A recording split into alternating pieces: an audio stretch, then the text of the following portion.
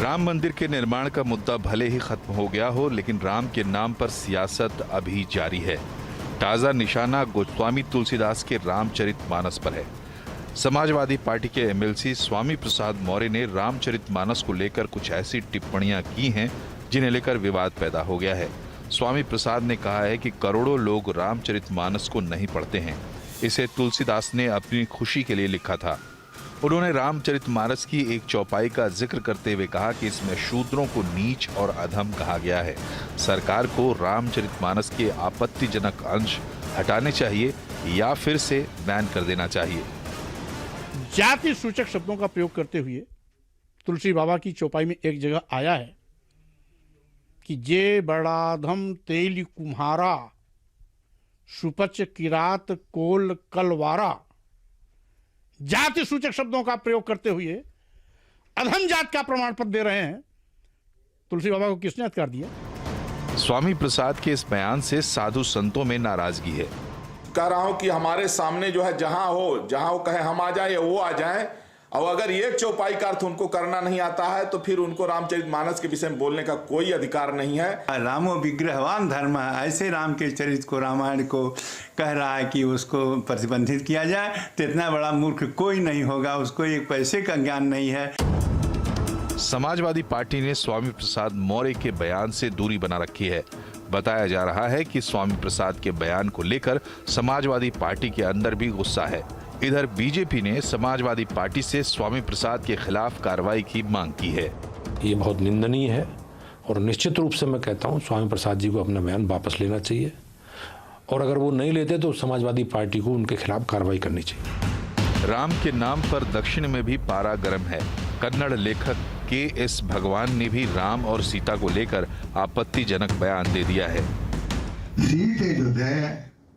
सीतमादाय बाहुभ्याम मधुमैरेयकं सीತೆಯನ್ನು ಸೇರಿಸಿಕೊಂಡು ಸೀತೆಗೂ ಮಧುಮೈರೇಯಕಂಬ ಹೆಂಡವನ್ನ ಕುಡಿಸಿ ಶಚಿ ಅಂದ್ರೆ ಇಂದ್ರ ತನ್ನ ಹೆಂಡತಿ ಶಚಿ ದೇವಿಗೆ ಕುಡಿಸಿದಾಗ ಇವನು ಕುಡಿತಿದ್ದ ಅಂತ ದಾಖಲೆ ಇದೆ। ನನ್ನ ಮಾತುಗಳಲ್ಲ ಹೌದು, ಇವೆಲ್ಲ ವಾಲ್ಮೀಕಿ ರಾಮಾಯಣದಲ್ಲಿ। भगवान के बयान को लेकर हिंदू संगठन ने कड़ी आपत्ति जताई है। भगवान को गिरफ्तार करने की मांग भी हो रही है। प्रभु श्री रामचंद्र जी के बारे में गलत बातें बताना, उनका अपमान करना एक बड़ा षड्यंत्र चल रहा है। इसलिए हम राज्य सरकार से आग्रह करते हैं कि तुरंत उनको अरेस्ट करना चाहिए। स्वामी प्रसाद मौर्य और के.एस. भगवान से पहले बिहार के शिक्षा मंत्री चंद्रशेखर ने रामचरितमानस को लेकर आपत्तिजनक बयान दिया था, जिसे लेकर ये पूरा विवाद शुरू हुआ था। विश्व हिंदू परिषद का कहना है कि ऐसे बयान राजनीति से प्रेरित हैं। राजनीति के लिए अनुसूचित समाज को बाकी हिंदू समाज से अलग करने तोड़ने के लिए आने वाले चुनावों में भीम और मीम इसकी रणनीति को पुष्ट करने के लिए ये बेईमान प्रयास हो रहे हैं। सवाल यह है कि क्या जानबूझकर श्री राम को लेकर आपत्तिजनक बयान दिए जा रहे हैं?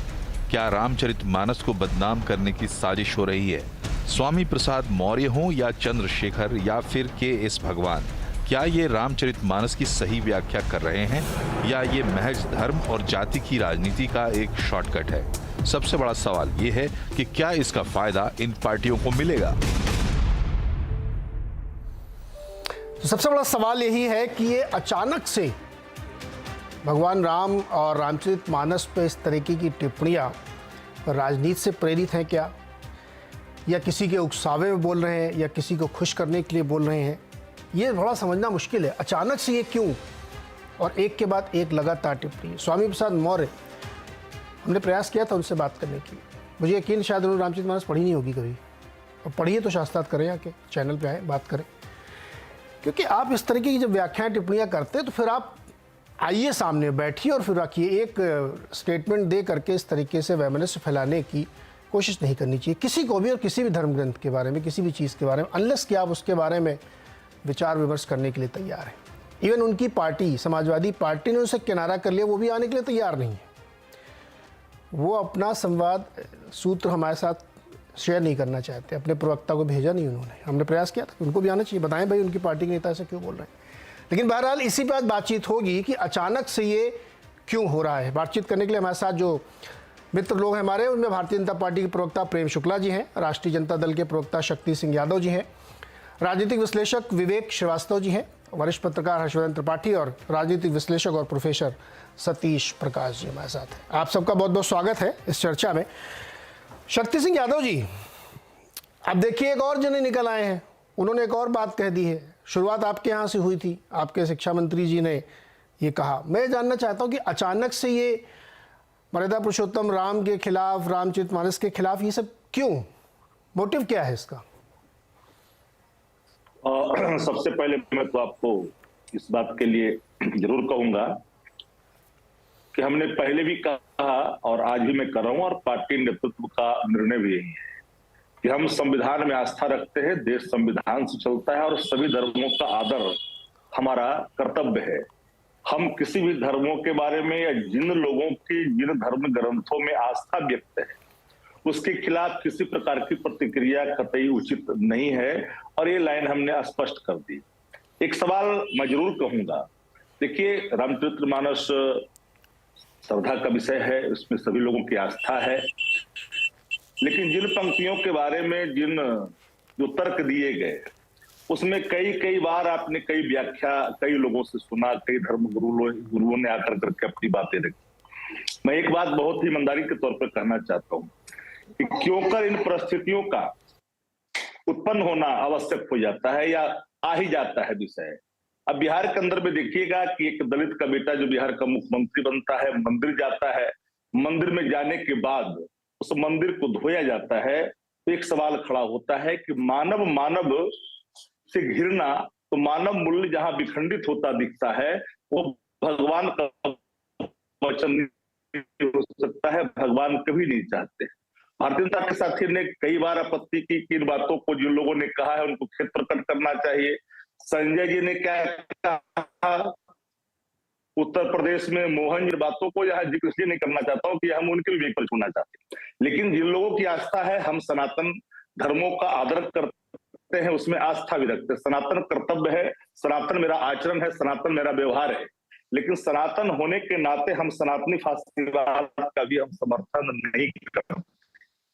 तो आप दो बातें कह रहे हैं और इस बात को लेकर शक्ति सिंह जी सुनिए ना सर, सेवा और रक्षा, शक्ति सिंह जी आप दो बातें कह रहे हैं। आप एक तरफ कह रहे हैं कि आप सब का सम्मान करते हो, इससे सहमत नहीं है, फिर आप दूसरी बात भी कह रहे हैं, तो आप अपने शिक्षा मंत्री के इस वक्तव्य के कुछ जस्टिफाई कर रहे हैं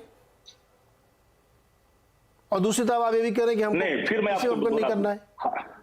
नहीं, मैं फिर दोहरा दूं आपको। किसी पुराणों में भगवान के वचनों में भगवान उवाच में मानव मूल विखंडित होता कहीं प्रतीत नहीं होता, क्योंकि मानव में श्रद्धा है, मानव से मानव की घृणा नरक योनि को प्राप्त तो उसको है, क्यों फिर शास्त्र का फिर वो क्यों कह रहे हैं? यही तो सवाल उठ रहा है, अचानक से आपके दिमाग में ये आता है। और मंत्री है वो एक संवैधानिक पद पर बैठे हुए हैं, एक महाविद्यालय के दीक्षांत समारोह में गए हैं, वो ये बात क्यों बोल रहे हैं? देखिए, जिन हम फिर कहें तो मेरी बात कहीं कष्टकारक हो जाए। शक्ति जी आपका जो ऑडियो है ना थोड़ा सा कट रहा है, मैं दोबारा से रिकनेक्ट कराता हूँ आपको, थोड़ी दिक्कत आ रही है उसमें। शुक्ला जी, ये सवाल हमारे मन में बार बार आ रहा है। मैंने इस चर्चा को इसीलिए हम 3-4 दिन बात कर रहे हैं, तमाम चैनलों पे सब जगह ये बहुत चर्चा हो रही थी जी, कि एक के बाद एक। अब एक कर्नाटक में भी कोई लेखक जी निकला है, उन्होंने भी एक बात कह दी। ये अचानक से, मैं बहुत ज़्यादा उस तरह की डिबेट में नहीं जाना चाहता, मैं ये जानना चाहता हूँ कि ये क्या एक राजनीतिक चाल है, राजनीतिक प्रोवोकेशन है, जो इस तरह की बातें बार बार निकल के आ रही हैं एक के बाद एक। स्वामी प्रसाद मौर्य ये जो बात कह रहे हैं, उनकी पार्टी स्वयं उस पर बात नहीं करना चाहती, उनसे किनारा कर लिया है, लेकिन बात बोलेंगे जरूर वो। तो अब पार्टी भी घेरे में आती है कि अगर आप उससे सहमत नहीं हैं तो पार्टी में क्यों है फिर वो? जी देखिए नीरज जी, बहुत अच्छा प्रश्न आपने पूछा। आप एक कल्पना कीजिए कि स्वामी प्रसाद मौर्य जो हैं वो कुरान शरीफ की कोई आयत लें, उस आयत की विसंगति को लेकर वो कहें कि ये मानव विरोधी है और कुरान शरीफ बैन होना चाहिए, तो क्या श्री अखिलेश सिंह यादव सिर्फ किनारा करके स्वामी प्रसाद मौर्य के खिलाफ कोई कार्रवाई करेंगे या नहीं करेंगे।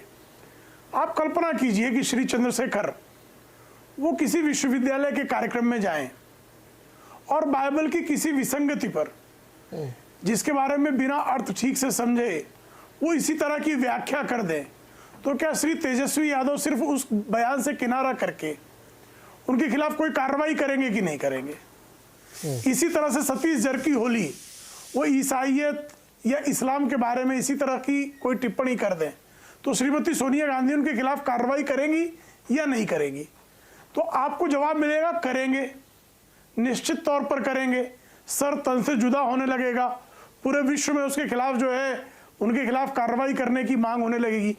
तो हमारे जो सनातन विचार हैं, सनातन जो धर्म है, इसके जो अनुयायी हैं, इनकी सहिष्णुता के कारण सतत इन पर प्रहार का एक सिलसिला रहा है। जैसे 19वीं सदी में वेदों को लेकर जो है गलत उद्धरण दिए गए, पुराणों को लेकर गलत उद्धरण दिए गए, रामचरितमानस को लेकर दिल्ली प्रेस ने क्या क्या नहीं किया, क्या क्या बात बिना संदर्भ के, बिना प्रसंग के, बिना शब्दों के अर्थ। आपको ध्यान होगा पंडित रामचंद्र शुक्ल ने जब 20वीं सदी के दूसरे दशक में जब तुलसीदास जी को संग्रहित करना प्रारंभ किया, तो उन्होंने स्वयं कहा कि गियर्सन और सुधाकर पांडे तो अवधी के विद्वान थे, उन्होंने भी रामचरितमानस के अवधी के शब्दों को समझने में चूक की। पंडित रामचंद्र शुक्ल कह रहे हैं 20वीं सदी के दूसरे दशक में, यानी 19वीं सदी में ग्रियर्सन जो है वो 16वीं सदी के रामचरितमानस के अवधी के शब्दों की सही व्याख्या कर पाने की स्थिति में नहीं थे। तो अब इसमें दोनों अवधी भाषी नहीं है,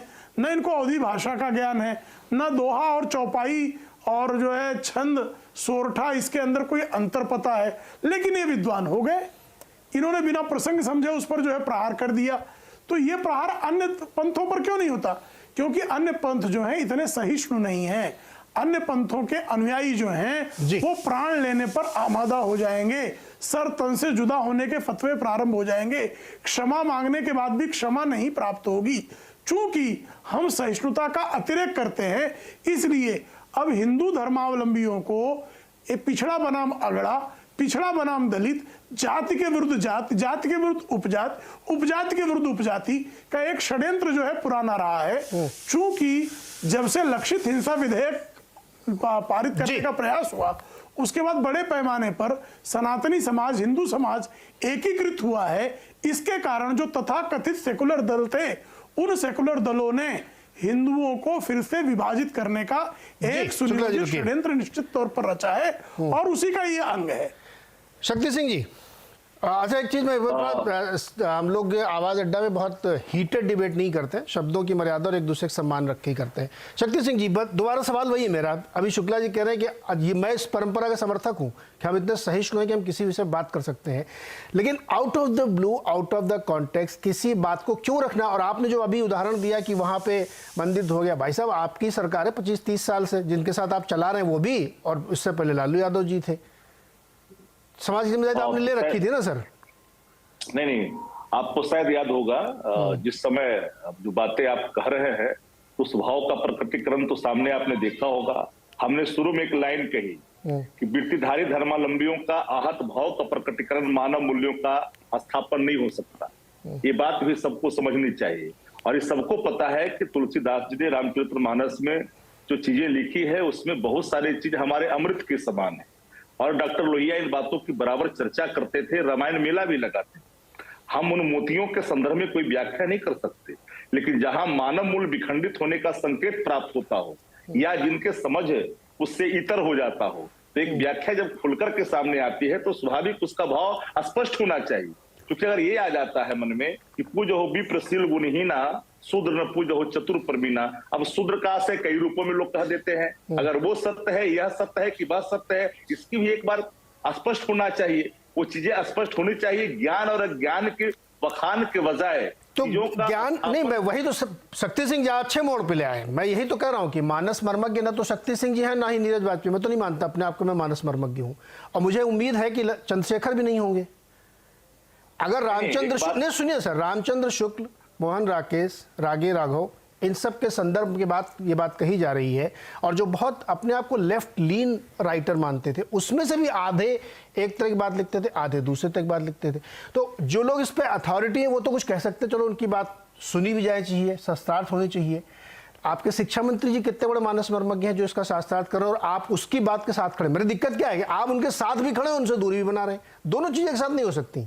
नहीं, मेरे भाव को आपने अगर समझा होगा तो मैंने वह भी उल्लेख किया कि जो सवाल आज खड़े कर रहे हैं चंद्रशेखर के संदर्भ में, माननीय मंत्री के संदर्भ में, या जो और अन्य, वही बात संजय जी के संदर्भ में होता है जो यूपी सरकार में है, वही बात मोहन जी के संदर्भ में होता है जो मध्य प्रदेश में है, वही बातें नरेश अग्रवाल के होते हैं जो उनके ही यहाँ बैठे हैं।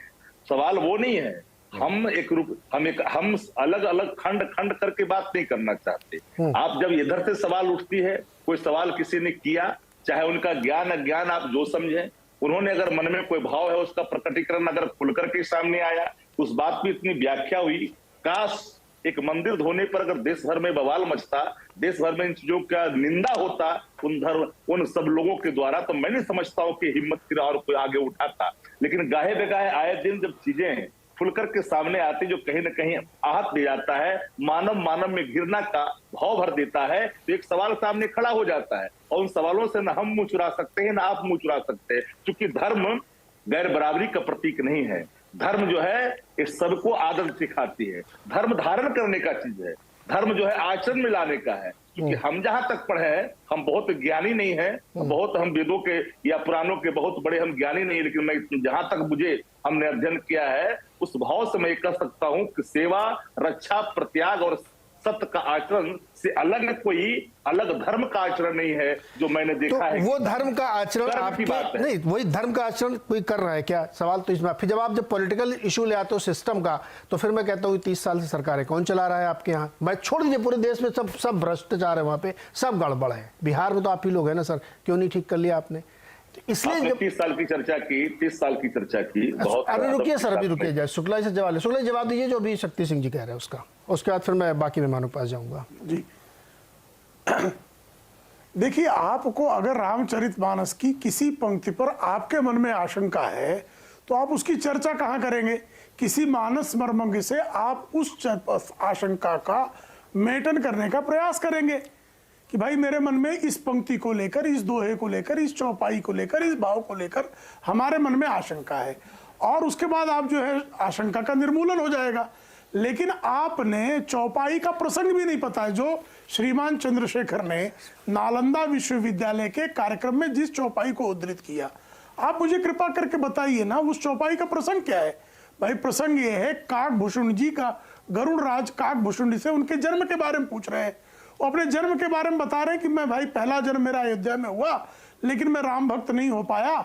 दूसरा जन्म मेरा इस तरह से हुआ, गुरु के पास गया और मैंने गलतियां की, और गलती अधम वहां शब्द जो है, मैं धर्म को नहीं मानता, इस धम शब्द जो है उससे अधम शब्द आया है।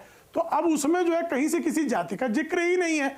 तो बिना प्रसंग को जाने समझे उस पर टिप्पणी करना, और अगर मेरे मन में कोई आशंका, मान लीजिए मैं कुरान शरीफ को नहीं जानता, मैं अगर मेरे मन में कोई आशंका होगी तो मैं किसी आलिम हाफिज से सवाल पूछूंगा, समझूंगा, और मेरी शंका का निर्मूलन हो जाएगा। मुझे बाइबल का कोई प्रसंग नहीं पता है तो मैं किसी बाइबल के विद्वान से उसके बारे में जानूंगा। तो चंद्रशेखर जी हो या स्वामी प्रसाद मौर्य हो, मानस के किस मर्मज्ञ से इन्होंने जो है अपनी शंका का निर्मूलन का प्रयास किया, जरा बता दें वो। जी विवेक जी, वोट बैंक पॉलिटिक्स है ये सर? शक्ति जाऊंगा दोबारा जी। ये गोल गोल घुमाने से ना ये झूठ सच नहीं हो जाता है। आपको इस देश का सत्य समझना पड़ेगा। इस देश का सत्य है कि हजारों साल से दलित उत्पीड़न एक सच्चाई इस मुल्क की है।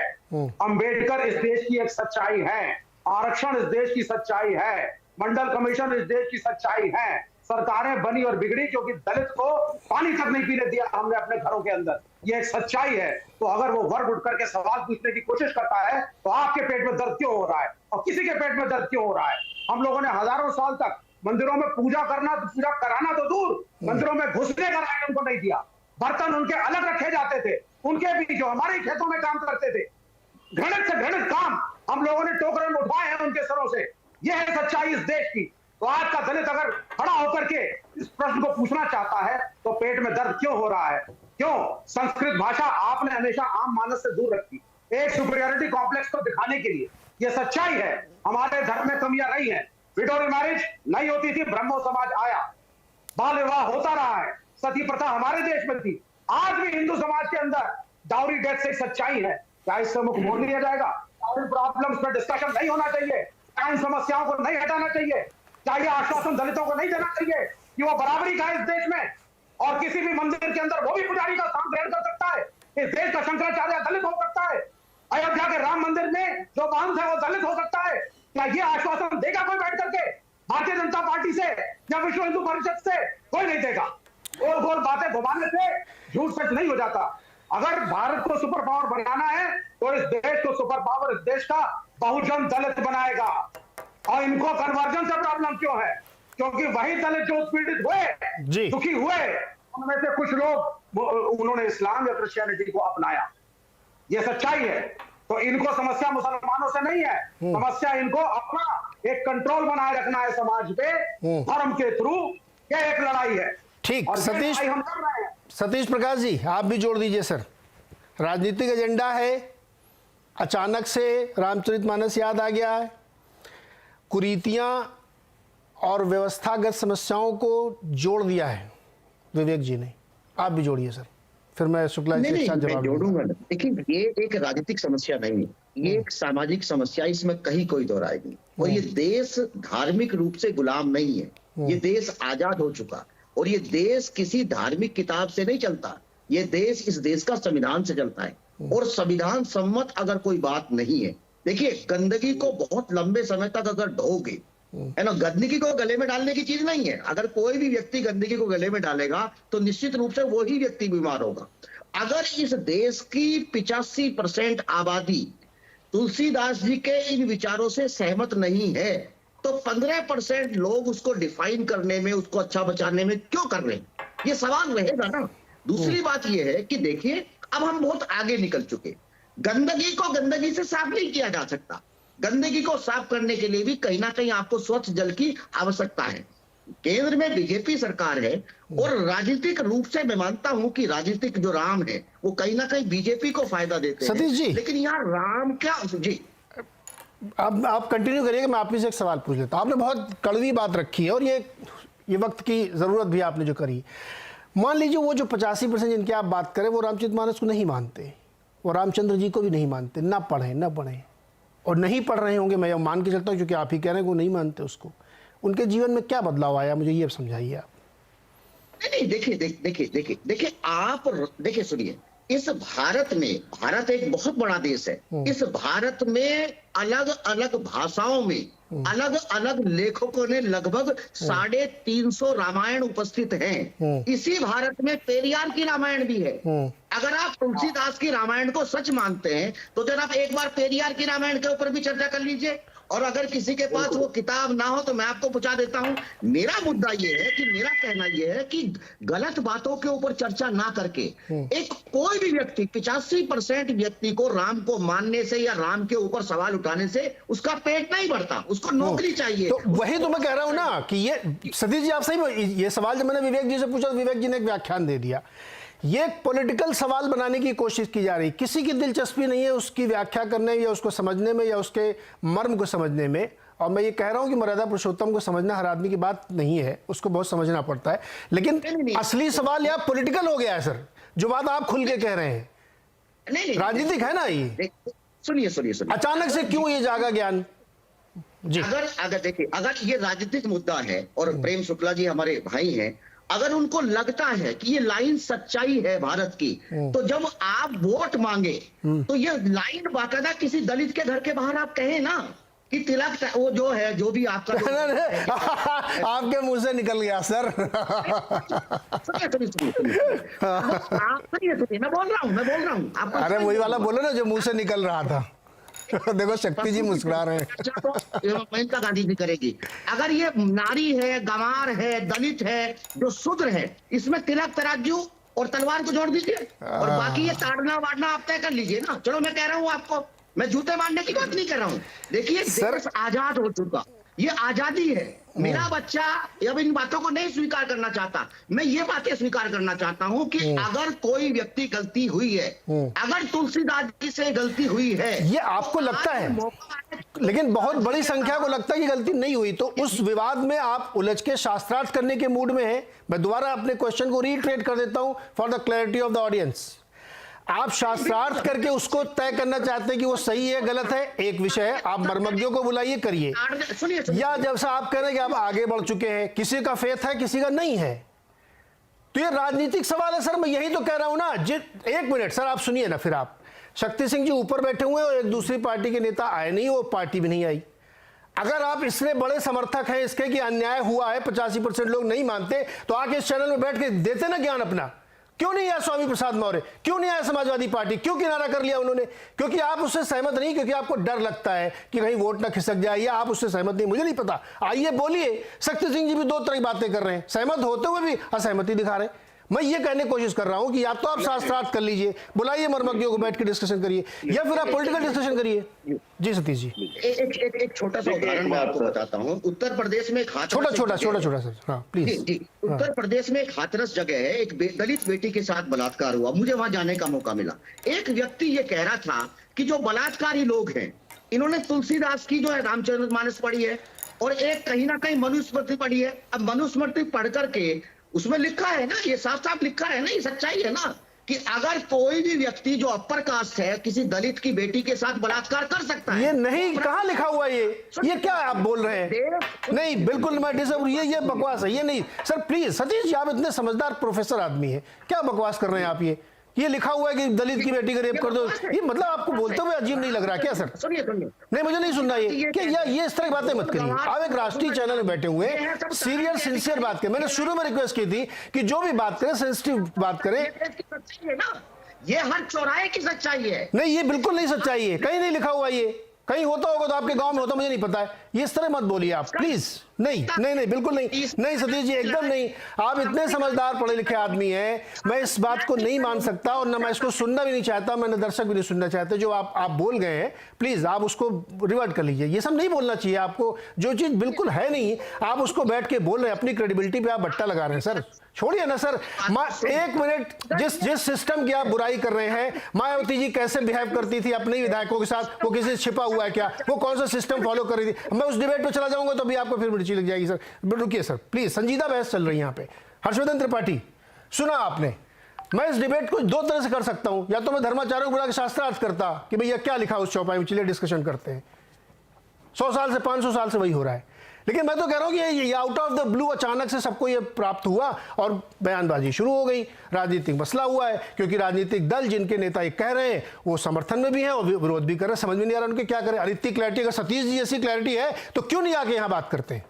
हर्षवर्धन। हाँ नीरज जी, आप कह रहे हैं कि मानस मर्मज्ञ हम लोग नहीं हैं।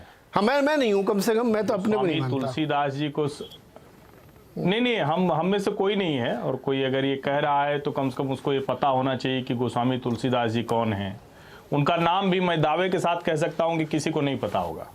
जो अभी झूठ बोल रहे थे कि क्या क्या लिखा हुआ, उनको भी नहीं पता होगा। तुलसीदास जी का नाम बता दें तो मैं अभी बहस कहता हूं यहीं खत्म कर दूंगा, नहीं पता होगा।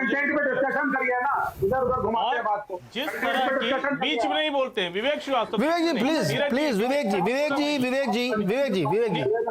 विवेक सर, आवाज अड्डा में हम लोग ऐसे झगड़ा नहीं करते, सबके पास हम लोग आते हैं, आप आराम से बात करिए। आपको कुछ करना मेरे से बोलिएगा। जी हर्षवर्धन शुरू करिए प्लीज, संक्षेप में रखिएगा और शब्दों की और एक दूसरे के सम्मान की मर्यादा का ध्यान रखते हो।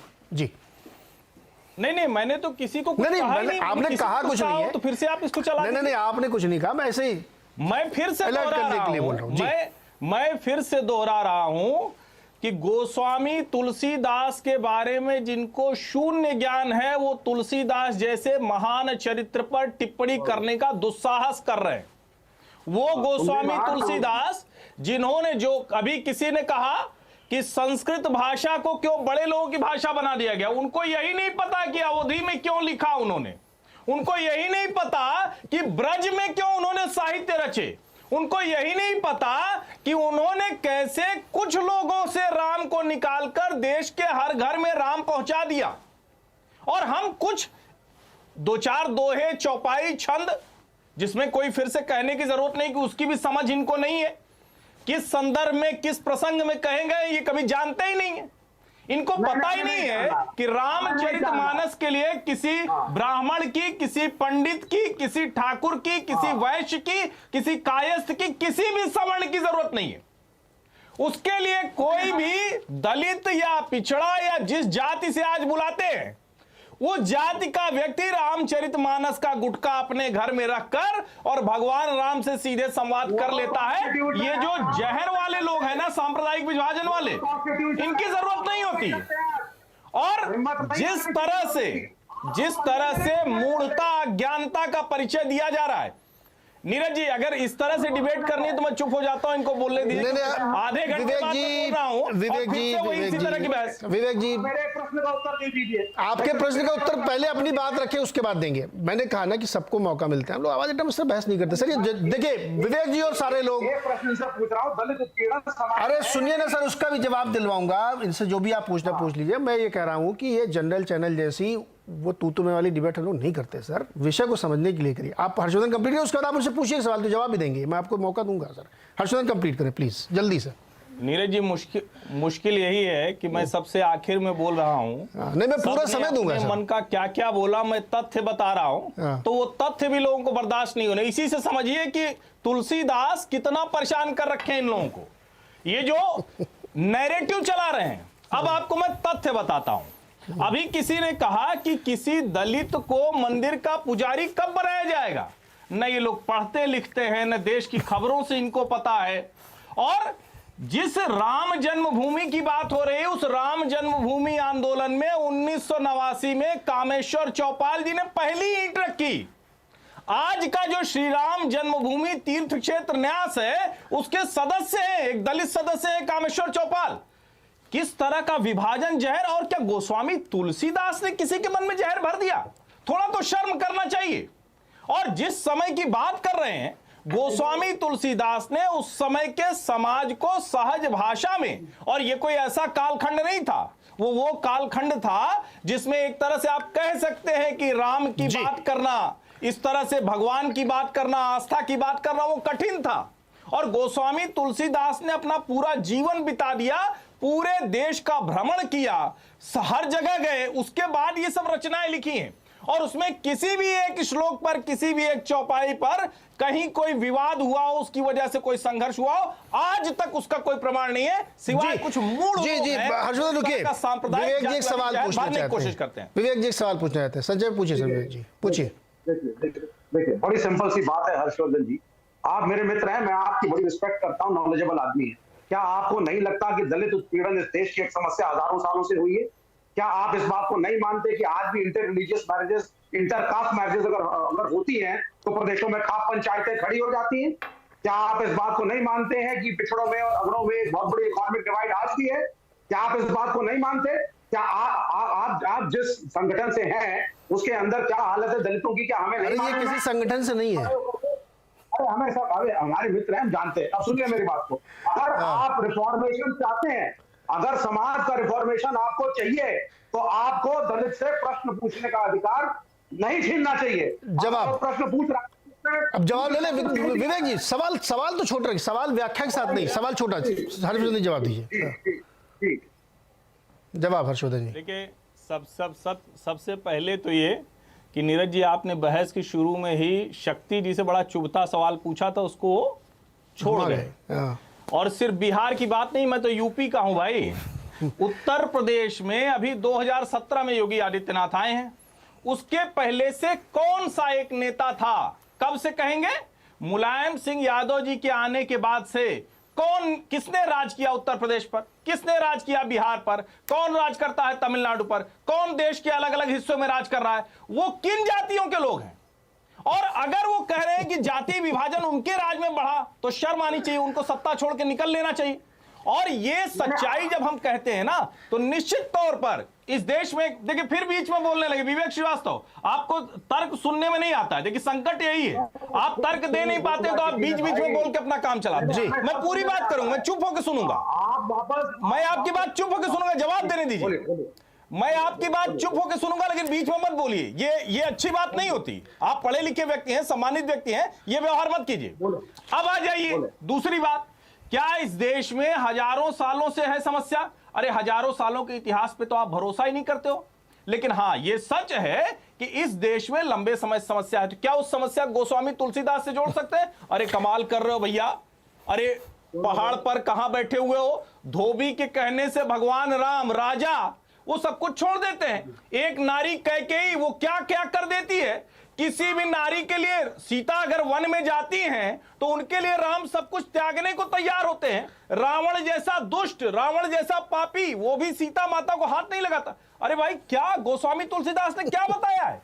थोड़ा शर्म करिए व्याख्या करते हुए जी। और छोटा अरे भाई दूसरे मेहमान भी है, वो हमें आपको ठीक करना है। तुलसीदास जी नहीं, दूसरे मेहमान भी भाई, आप ही लोग शास्त्रार्थ करते रहेंगे क्या? दूसरे लोग भी हैं। सतीश जी बोलना चाह रहे हैं, उसका शुक्ला जवाब देंगे। मैं इनको एक चीज बोलना चाहूंगा। हाँ बोलिए, एक चीज बोल लीजिए, उसका जवाब सतीश जी से लेंगे। हाँ बोलिए, जल्दी बोलिए। 10 सेकंड लीजिए ना, फटाफट बोलिए ना। हाँ, शंभुक वध भी है हर्षवर्धन जी, शंभुक वध। तो ये जरूरी नहीं है कि वाल्मीकि रामायण सिर्फ एक अकेली रामायण है, बहुत सारी रामायण है। ठीक हो गया सर, बहुत सारी रामायण है, बहुत सारे अलग अलग चीजों में लिखी गई हैं, बहुत सारी चीजें गई। शुक्ला जी आप जवाब देंगे? 10 सेकंड। अरे भाई आप ही 2 लोग करते रहोगे क्या? बाकी मेहमान भी बात है। नहीं, सिर्फ 10 सेकंड ले लो। 10 सेकंड ले लो। देखिए, आवाज अड्डा के दर्शकों, विवेक श्रीवास्तव ने मान लिया कि गोस्वामी तुलसीदास जी की रामायण में कुछ नहीं है, वो दूसरी रामायण, वो शंभुक वाले हो। ठीक है नहीं, ठीक है स्वामी जी पर जी, इतनी ही समझ है, समझ लीजिए। नहीं ठीक है। देखिए, अब जब आप लोगों की झंझट में मुझे ब्रेक लेना पड़ेगा, अब समय हो गया। मैं छोटा सा कुछ सेकंड का ब्रेक लेके तुरंत आता हूँ। शक्ति जी, शुक्ला जी और सतीश प्रकाश, जब दोनों लोग ये सुनेंगे बैठ के, बहुत छोटा सा ब्रेक लेके आता है, आप ही तीनों को बात होगी।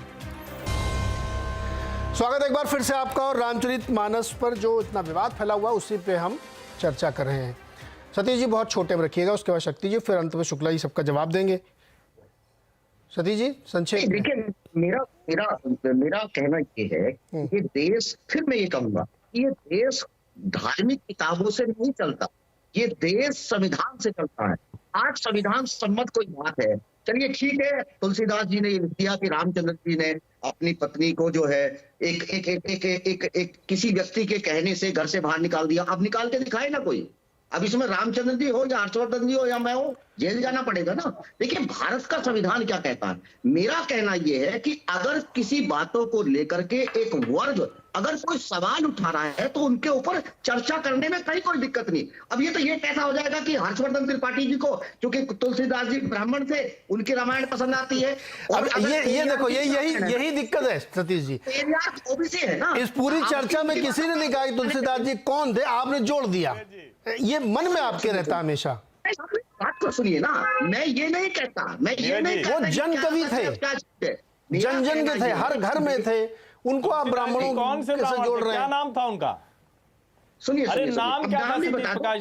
बिल्कुल, अभी मैं बताता हूँ। आपने सर्च किया होगा ब्रेक में, फिर भी बताइए। हर्षवर्धन त्रिपाठी जी, नाम बता दीजिए ना। आपने कहा कि तुलसीदास जी ब्राह्मण थे, हर्षवर्धन जी ने जाति जोड़ ली, तो इतना इस पर बहस कर रहे तो नाम तो बता दीजिए। पकड़ करके अपनी पत्नी के तुलसीदास जी का नाम तो बता दीजिए। पत्नी बाकायदा जूते मार करके उनको बाहर निकाल देती है, और वहीं से वो तय करते हैं कि मैं नारी का विरोधी रहूंगा, मैं दलितों का विरोधी रहूंगा। शंभुक ऋषि की हत्या क्यों हुई बताइए? उनके से अगर सतीश जी आप भटक गए हैं। आप बहुत सम्मानित व्यक्ति हैं, लेकिन मुझे ये कहना पड़ रहा है कि आप बहुत भटक गए हैं, बहुत ही गलत व्याख्या कर रहे हैं, और इससे आपका जो है क्रेडिबिलिटी पे सवाल खड़ा हो जाएगा। हर्षवर्धन जी नहीं, आप भी क्यों ना। शक्ति सिंह जी, निर्माण करना है, इस जातीय व्यवस्था को छोड़ना है। पहले ऑर्डर में लीजिए। हम ऑर्डर में ले लिया भाई। सतीश जी अब शांत हो जाइए सर, ये क्लास, आपके क्लास के बच्चे भी चुप हो जाते होंगे। अब बताइए आप। हाँ, शक्ति सिंह जी। नीरज जी, हमने सभी पैनलिस्टों का और उत्कृष्ट विद्वान जो अध्यात्म तत्व से परे होकर के कुछ बातें अगर वहां तक पहुंच चुके हैं, तो गोस्वामी तुलसीदास जी, जब राम बोला से तुलसीदास जी हो गए, गोस्वामी तुलसीदास जी हो गए, तो उनके अंदर वो काबिलियत थी, वो सलाहियत थी, तभी वहां तक पहुंचे जो आज आदरणीय हैं, उनके प्रति श्रद्धा है। लेकिन एक शब्द उसमें खुल करके आया कि 85% लोग नहीं मानते। ये तो कहीं से सही नहीं है। मानते सब लोग हैं, लेकिन जिन पंक्तियों पर जिनकी कोई आपत्तियां है, वो आपत्तियां उनकी अपनी समझ है, और एक बात मैंने फिर कहा, अपने शिला पूजन तक चले गए बिहार के कमेश्वर चौपाल जी को लेकर करके, लेकिन आप भूल गए कि बिहार के अंदर में जो पटना में टेम्पल है हनुमान मंदिर का, उसमें दलित पुजारी हम लोगों ने आदरणीय लालू प्रसाद जी ने रखा था। तो ये बात आपने बताई क्यों नहीं? रखे? आप सुन लीजिए ना, आप सुन लीजिए, आप सुन लीजिए। आप बहुत मर्मज्ञ हैं, कौमुदी व्याकरण के बहुत ही प्रकांड विद्वान हैं, मैं बहुत अदब करता हूं। आप सुन लीजिए ना, अवधी व्याकरण की क्या व्याख्या आप कर रहे हैं, हिंदी व्याकरण की क्या व्याख्या शब्दों का अलग है, हम उस पर जाना ही नहीं चाहते। लेकिन इतना तो सत्य है ना कि संविधान प्रदत्त जो शक्तियां हैं इस देश के अंदर में आजादी के बाद, हर कोई अपना अधिकार है अभिव्यक्ति का, ठीक है, सही सुन है, इससे कोई इनकार नहीं कर सकता। आपने कहा दूसरे धर्मों पर, दूसरे धर्मों में अगर जात और पात है तो वहां पर भी हमला होने में एक सेकंड देर नहीं लगेंगे। जहां ऊंच नीच का भाव प्रकट हो, जहां मानव में गिरना साफ साफ दिखे, तो आजादी के बाद एक को स्वीकार करने के लिए बैठा नहीं है। लेकिन पंक्तियों पर सवाल कोई रामचरितमानस के मोती पे सवाल नहीं है, अमृत पे सवाल नहीं है।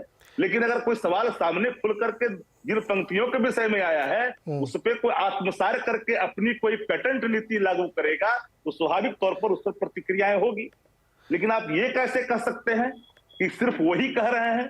क्या है? और जो लोग हैं उनके अंदर में आस्था नहीं है धर्मों के प्रति? है, हर लोगों को धर्म में आस्था है। क्या ये सत्य ठीक ही कहा उन्होंने? क्या ये सत्य नहीं है क्या कि किसी भुइयां के घर में, किसी रविदास के घर में कोई पूजा कराने के लिए क्यों कर नहीं जाता? इसलिए नहीं जाता, कर्मकांडी लोग नहीं जाते, वृद्धाई लोग नहीं जाते, वो छुआछूत मानते हैं। ये कड़वी सत्य हमको भी अंगीकार करनी चाहिए और इतनी हिम्मत होनी चाहिए उन बेशर्मों को जो बेशर्म मंदिर धो डालते हैं। उनको अगर शर्म है उन बेशर्मों को तो यह भी स्पष्ट करनी चाहिए कि मंदिर क्यों धोई जाती है जी, मानव में गिरना क्यों? शक्ति जी, मानव में घृणा तो होनी नहीं चाहिए। और यहीं पे वो सवाल आता है कि जब आप चीजों की व्याख्या करते हैं। हर्षवर्धन, एक बार आपके बताऊंगा, शुक्ला जी, ये जो दो लोगों ने कहा इनका जवाब आपको देना है। शक्ति सिंह ने जो बोला है और जो सतीश जी बोले, और विवेक जी का भी जोड़ी लीजिएगा, बोलिए। देखिए, जो आदरणीय गोस्वामी तुलसीदास जी पे जातियों के बारे में भेद करने का आरोप लगा रहे हैं, स्वयं कवितावली में तुलसीदास जी ने अपनी जाति, उनसे बार बार बनारस में उनकी जाति पूछी जाती थी, बहुत सारे भ्रम फैलाए जाते थे, तो कवितावली में उन्होंने जवाब लिखा, धूत कहो अवधूत कहो रजपूत कहो जुलहा कहो कोहू, काहू की बेटी से बेटा न ब्याहब, काहू की जाति बिगाड़ न सोहू, तुलसी सरनाम गुलाम है राम को, जाको रुचे सो कहे कचुकोहू, मांग के खैबो मसीद में सोइबो, लईबो को एक न देबे को कोई। तो खुद ही कह रहे हैं कि मैं किसी जाति का नहीं हूं। मैं मस्जिद को लेकर, कुछ लोग कहते हैं कि मस्ती में सोऊंगा, कुछ का व्याख्या कि मस्जिद यानी मस्जिद है कि मस्जिद में जाके सोऊंगा। तो जो गोस्वामी तुलसीदास जी मस्जिद में जाकर सोने के लिए तैयार हैं, वो जातिवादी कैसे हो सकते हैं? इस तरह की बातें, और जिस तरह की का बयान दिया सतीश प्रकाश जी ने, उनको उतनी पर उनकी पत्नी ने जूते मार के निकाल दिए। अब इस तरह की बातें अगर मान लीजिए, महात्मा बुद्ध के बारे में भी लोगों के मन में धारणाएं हैं कि यशोधरा को सोती हुई छोड़कर वो चले आए। इस आधार पर आप महात्मा बुद्ध के चरित्र पर कलंकित करने का कुत्सित प्रयास करेंगे तो बौद्ध धर्म के अनुयायियों पर निश्चित तौर पर आप प्रहार करेंगे। दूसरा इनका उत्तर, अभी आदरणीय शक्ति सिंह यादव कह रहे हैं कि मानव को मानव से बिल्कुल द्रोह नहीं होना चाहिए। बहुत अच्छी बात आपने की, लेकिन जब लालू जी कह रहे थे भूरा बाल हटाओ, तो भूमिहार राजपूत लाला ब्राह्मण के खिलाफ उनके मन में नफरत थी, तो मानव द्रोही थे क्या लालू प्रसाद यादव? कृपा करके बता दीजिए। दूसरा आप बताइए, मैं बीच नहीं, भूरा बाल हटाओ हर कोई जानता है, भूरा बाल हटाओ ये जनता पार्टी का, जनता दल का नारा था। देखिए, मैं इनके बीच में नहीं बोल रहा था। नीरज जी मैं आपको मौका दूंगा, सबको मौका दे रहा हूं, उनको अपनी बात कंप्लीट करिए। आपको भूरा बाल हटाओ ये बिहार से चला नारा था कि नहीं था? भूरा बाल हटाओ ये बिहार से चला नारा था। जवाब लेते हैं, शुक्ला जी रुकिए, जवाब लेते हैं। क्या आदरणीय लालू प्रसाद यादव को, शक्ति जी जवाब दीजिए। दूसरी बात और भी जरा सुन लीजिए, और 10 सेकंड, 10 सेकंड और नीरज जी 10 सेकंड और, शक्ति जी 10 सेकंड और, 10 सेकंड और, तिलक 10 सेकंड और, 10 सेकंड और, 10 सेकंड और, 10 सेकंड और, आप बोल डालिए ना सर अपनी बात दी जाए। सर शुक्ला जी आप बात कह दीजिए, आपकी बात आ रही है, आवाज आ रही है, उसका जवाब देंगे। जल्दी जल्दी 10 सेकंड लीजिए। जी सतीश प्रकाश जी ने कहा कि भाई लोगों के प्रति अभी जब आप कहे तिलक तराजू और तलवार इनको मारो जूते चार, अगर आप जो हैं दूसरी जातियों को जूते मार रहे हैं तो प्रतिक्रिया में अगर कोई इस तरह की बात कर दे तो अभी आपका तो कहेंगे कानून भंग हो गया। तो साहब आप जो खुद कुकर्म करते रहे हैं, आपके विचार दर्शन से निकली पार्टियां जो कुकृत्य करती रही हैं, जरा उस पर भी प्रकाश डाल ले साहब। जी शक्ति जी यादव जवाब दीजिए सर। शक्ति जी सबसे पहले तो मैं इस बात छोटे व्यक्त करता हूँ, आपत्ति व्यक्त करता हूँ कि लालू प्रसाद जी ने कभी नहीं कहा ये एक व्यक्ति के द्वारा लिखे जाने के बाद माफी मांगा, और इन लोगों ने भ्रम फैलाया इस देश भर में कि लालू जी ने ये शब्द कहा, क्योंकि लालू जी का आचरण वो नहीं था, न उनके क्रियान्वयन में वो ये बातें थी। आप प्रेम जी, आप बहुत ही सुलझे हुए इंसान हैं। एक बात मैं बड़ी ही ईमानदारी के साथ कहना चाहता हूँ, कई चीजें एक बार आपने कह दी, किसी को किसी के मन में भेद की जहां तक बात आती है तो सवाल खड़े होते हैं, ये आपको स्वीकारना चाहिए। नंबर 2 बातें, आपने तुलसीदास जी को जाति में क्यों बांधा? कौन लोग बांध रहे जाति में? ये कौन है जो आगे बढ़कर के इन बातों को बता रहे हैं? शक्ति जी रुकिए, शक्ति जी रुकिए। मैं फिर वही सवाल घुमा के आप अपने सवाल अपने ऊपर ले लेते हैं। आप या तो इस विचार के साथ खड़े हो जाइए, बार बार आप कह रहे हैं ना कि एक सवाल मन में आ रहा है, सवाल तो सवाल का निराकरण भी शास्त्रार्थ होता है सर। फैसला नहीं सुना सकते आप पब्लिक मीटिंग में। आप कहेंगे कि ये मैं कह दूं सतीश जी गलत है, कैसे गलत भाई? मैं सतीश जी से पहले बात करूंगा या मैं पहले विवेक जी से डिस्कस करूंगा, तब मैं अपनी राय बनाऊंगा। या तो मैं राय बना चुका हूं तो आप स्वीकार कर लीजिए कि मेरी राय बनी हुई है, चंद्रशेखर जी ने सही कहा है, तब इस पर डिबेट होगी। आप दोनों बातें लेके नहीं चल सकते सर। पॉइंट यहाँ पे ये फंसता है। हर्षवर्धन जी जवाब दीजिए। ऐसा नहीं होता कि सारे के सारे विष है, अमृत को अमृत कहना सीखिए और विष को विष कहना सीखिए। तो उसके लिए चर्चा करिए, तो आप कहिए ना। तो आप फिर आप दोनों बातें कैसे कह सकते हैं? अभी आप कह रहे हैं सतीश जी ने जो कहा 85% लोग नहीं मानते, नहीं ये गलत है, सब लोग मानते। देखिए सब आप भी वही जलेबी बना रहे हैं जो आप दूसरों को कह रहे हैं। विचार में बहुत क्लैरिटी होनी चाहिए, या तो आप साथ हैं या आप नहीं हैं, बीच में नहीं हो सकते। हर्षवर्धन जी उसका विवेक जी छोटा समय खत्म हो रहा है, समय खत्म हो रहा है। हर्षवर्धन जी आप जोड़ जाए कुछ बढ़ाइए, 30 सेकंड। देखिए नीरज जी, मैं फिर से कह रहा हूं, शक्ति जी जो कह रहे हैं उसी बात को ध्यान से सुनिए। मैं तो कह रहा हूं कोई शास्त्रार्थ, कोई मानस मर्मज्ञ होने की जरूरत नहीं। वो ये कह रहे हैं ना कि ज्यादातर लोग तुलसी के राम को मानते हैं, वो कह रहे हैं कि सब अमृत है, कुछ उसमें जहर है, विष कह रहे हैं कुछ जगह को।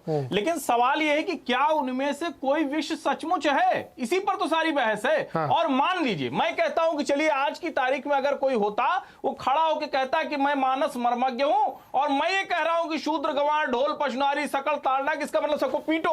एक आदमी आप दिखा दीजिए शक्ति जी, एक व्यक्ति जो इसकी ये व्याख्या, इसका मतलब क्या है? इसका मतलब ये हुआ कि कोई भी उस तरह से न तो किसी को देखता है, न देखने की स्थिति में, और जिसके मन में भी होगा उसको भारत का संविधान देखने नहीं होगा। तो इसमें गोस्वामी तुलसीदास जी दोषी कहां से हुए? इसमें रामचरितमानस को प्रतिबंधित करना कहां से हुआ? तो जो ये अमृत और विष की बात है, इसमें विष कहां से आ गया? और मैं फिर से कह रहा हूं, आज की बहस तक अभी हम लोग जो आवाज अड्डा की बहस कर रहे हैं, एक कोई विवाद तुलसीदास जी के रामचरितमानस पर किसी जाति में दिखा दीजिए, मैं आपको कहता हूं कोई भी बहस करना मैं छोड़ दूंगा। हाँ, अगर आज के बाद कुछ साजिशी लोग जबरदस्ती विवाद करना शुरू कर दे, एक दूसरे से लड़ना शुरू कर दे, तो बात अलग है। रामचरितमानस ने विवेक जी 30 सेकंड आपके लिए जोड़ दिया, वही कुछ लोगों को पीड़ा है। 30 सेकंड आपके लिए, बोलिए सर। 30 सेकंड मुझे दे दीजिए। हाँ बोलिए। देखिए, ये तो शुक्र करिए कि 1947 के बाद देश आजाद हो गया, रजवाड़े हट गए और यहाँ पर अम्बेडकर जैसे महापुरुषों का जन्म हो गया, तो एक कॉन्स्टिट्यूशन बना जिससे कुछ सुधार हुआ, और वही दक्षिण भारत में पेरियार ने योगदान दिया। तो ये आज सुधरे हुए हैं ये लोग जो कंट्रोल करते थे पूरे समाज को, और इंश्योरेंस का टर्म प्लान बना रखा था कि आओ मत्था टेको, अब सावन में डोनेशन दो, अब इसमें डोनेशन दो, कम से कम वो टर्म इंश्योरेंस प्लान अब रुका है थोड़ा बहुत। तो ये अभी भी जो है, अगर ग्रंथों में कुछ गलत लिखा है तो उस गलत को सही प्रूव करने पे आमादा है। और जब रिवोल्यूशन होता है, सुन लीजिए, जब रिवोल्यूशन होता है, जब उपेक्षित आदमी अपनी आवाज उठाता है, तो नारों की मर्यादा टूटती है, लेकिन नारों की मर्यादा टूटने से कोई फर्क नहीं पड़ता। रवि जी समय समाप्त हो रहा है। देखिए, इस चर्चा का जो मकसद है ना, ये जो विषय है, मैंने शुरू कहा था कि ये राजनीतिक है। आप लोग अपने अपने गिरेबान में झांकिए। रेवोल्यूशन होगा नीरज जी? अरे कोई रेवोल्यूशन नहीं हो रहा सर, ये सब तो डायलॉग है। विवेक जी को भी मालूम है कि बोलने के लिए सब बोला जाता है। जो पार्टी के नेताओं के साथ हैं लोग, उनको देखिए उनका आचरण कैसा है, बिहेवियर कैसा है, क्या वो उस चीज़ का पालन कर रहे हैं जिसका यहाँ बैठ के आप लोग विरोध कर रहे हैं? उनके निजी जीवन को देखिए, वो किस तरीके की संस्कृति के जीवन अपना जी रहे हैं। मैं नाम नहीं ले रहा हूँ लेकिन सबको मालूम है। कहने का मेरा तात्पर्य है कि किसी चीज़ को अगर आप समझना चाहते हैं तो उसको डीप में जाइए, कॉन्टेक्स्ट में समझिए। रामचरितमानस की जिस चौपाई को लेकर के बार बार बवाल होता है, वो समुद्रदेव जो है ना, वरुण जी, उन्होंने कहा था रामचंद्र जी से जब वो बहुत कोपित हो गए थे। तो कम से कम रामचरितमानस ही ढंग से पढ़ लिया जाए कि कॉन्टेक्स्ट समझे। तुलसीदास जी जो एक महाकवि हैं, जो जनवादी कवि हैं, जो उस बात को लिख रहे हैं और वो कॉन्टेक्स्ट में देख रहे हैं कि ये बात वरुण ने बोली, रामचंद्र जी ने नहीं बोली थी। रामचंद्र जी ने उसके अलावा बहुत सारी बातें बोली, वो आप लोग पढ़ेंगे नहीं। तो जब रामचरितमानस पढ़ेंगे नहीं, शास्त्रार्थ करेंगे नहीं, केवल इसको एक पॉलिटिकल बहस करें, तो मैंने तो शुरुआत में कहा था कि चले पॉलिटिकल बहस करते हैं। आउट ऑफ द ब्लू अचानक से आया, चुनाव आने वाले 24 के, तो एक एजेंडा बनाते हैं, मंडल का मंडल फिर से शुरू करते हैं। लेकिन नहीं साहब, हमको शास्त्रार्थ भी करना है, विश्व अमृत की भी चर्चा करनी है। तो ये जो जलेबी बनती है ना सर, इससे कोई हल नहीं होने वाला है, वैमनस्य से फैलता है। बहुत बहुत शुक्रिया हमारे साथ जुड़ने के लिए।